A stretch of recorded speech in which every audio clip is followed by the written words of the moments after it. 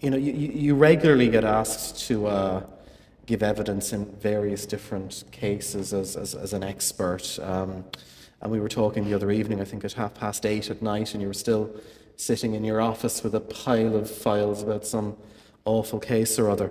And you know, I was wondering, I could imagine you sort of sitting there ploughing through this stuff until 9 or 10 o'clock at night, and then having to go home and be a mother and do all of those things. How do you separate? How do you live a normal, happy life? You know, be able to walk out at the end of the day and leave all this stuff behind. What's the mechanism? How do you do that? Well, I mean, in my home life, I have a great husband and 2 great sons, and, you know, they're the be-all and the end-all and the centre of my life, and very supportive. But in terms of coping with the workload or coping with the problems I deal with, I don't generally go home worrying about people I'm treating.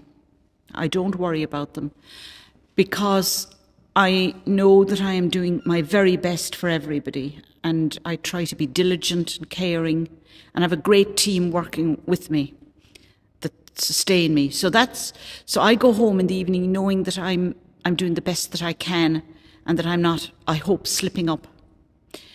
Occasionally, of course, you do slip up. But if I'm going home worried about a patient, that's a signal to me that I'm not doing something right. And when that happens, I have 2 consultant colleagues with me, Brendan Kelly and John Sheehan, who work in the department with me. And I'll go to them the following morning. And they know me, they know that this is how I operate. And I'll say, look, lads, I was at home last night worrying about Mr. Bloggs. This is the story. Is there something I'm not seeing? But I was worrying about him and I don't know why, and I shouldn't be. What am I doing wrong? And that kind of discussion will often throw up something that will enlighten me as to what I'm doing wrong, or reassure me that everything is going okay. So, but in general, I don't go home. And then, you know, hobbies like, you know, not sport. So I'm with you on that.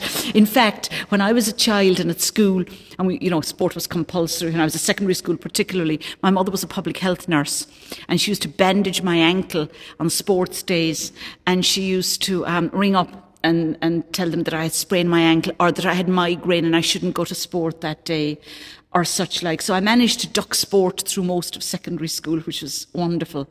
But I go home and I cook and I listen to classical music. I love classical music, and I love comedies as well on telly or on the radio or whatever. Unfortunately, one of my sons is heavily into comedy as well, so we'll sit up and put on Dave or Gold or one of those channels and look at all of the old comedies, or even the new comedies that are running now as well, and the stand-ups and the sitcoms and that. So basically you deal with the difficulties of work by cooking, not playing any sport, and watching 2.5 Men. Sounds like a good recipe, I think, something we could all live by. Okay, I'm going to open it up to the floor. Is it Vanessa or Mark or Aisling with our first question? They say that abortion is only allowed under certain circumstances, like suicide. How do you prove suicide? Okay, the question is that abortion is available on kind of a very limited basis in Ireland if the expectant mother can prove that having the baby would make her psychiatrically ill or suicidal. And some of our students were wondering this morning, you know, how do you possibly, or how could you possibly prove such a thing? Mm. Yeah, in terms of the X case, the decision is that abortion is available where there's a risk to the life of the mother, including the risk of suicide. So it doesn't even mean psychiatric illness. It has to be the risk of suicide, or of course a physical risk. There hasn't, to my knowledge, been any abortion performed in Ireland for suicide risk. The Medical Council takes a very strong view on that also, that really shouldn't be a criterion. I believe it shouldn't be a criterion either, because people can be coached into saying they're suicidal. That's the problem. And suicidality is generally treatable. There's actually no evidence that abortion reduces mental health problems. There's now a growing scientific literature on that, suggesting that that instead of reducing mental health problems, which some people might expect an abortion would, particularly if the person had a mental illness and perhaps said they were overburdened by a pregnancy. The evidence from some recent stuff from New Zealand suggests the opposite, that there's actually a risk of increase in mental health problems following abortion. You're quite right, though, about your suicide question. It would be very difficult to prove conclusively that the person was suicidal, because the only way you can assess suicidality is based on what the person tells you. Okay, thank you very much. Aisling Joe up at the top here.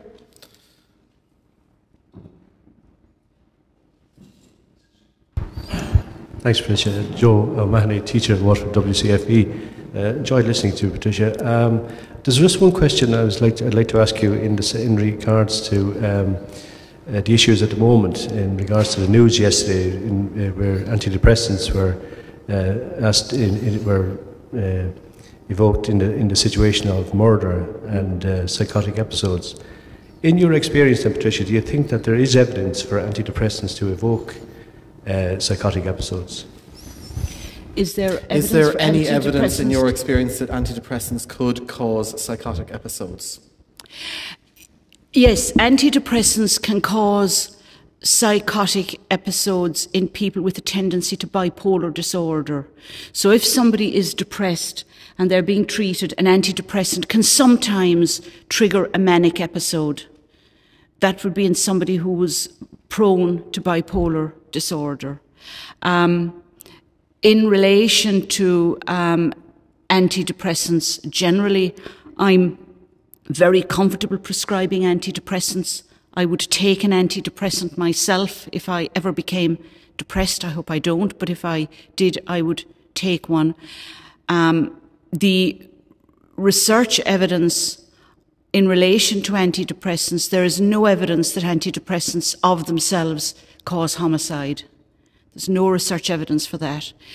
The evidence about suicide is that antidepressants do not cause suicide. There's no evidence to support that either.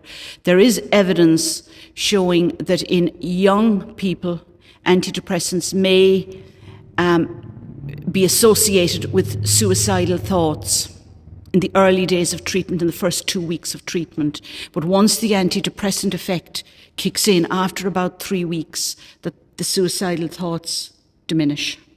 So that's the sort of state of the research. And if you, for example, look up the NICE guidelines, NICE is short for National Institute for Clinical Excellence, and it's a British organisation, and they have developed recommendations for treating depression. And if you look on that website, they will have all of the stuff about suicidal thoughts and suicidal ideas in depression or in association with antidepressants and the relationship between them. But there's no evidence in relation to homicide or suicide. Okay. Any other questions? No? Okay. Well, then we will leave it there. Thank you very much for coming. I want to give Patricia Thank you for coming.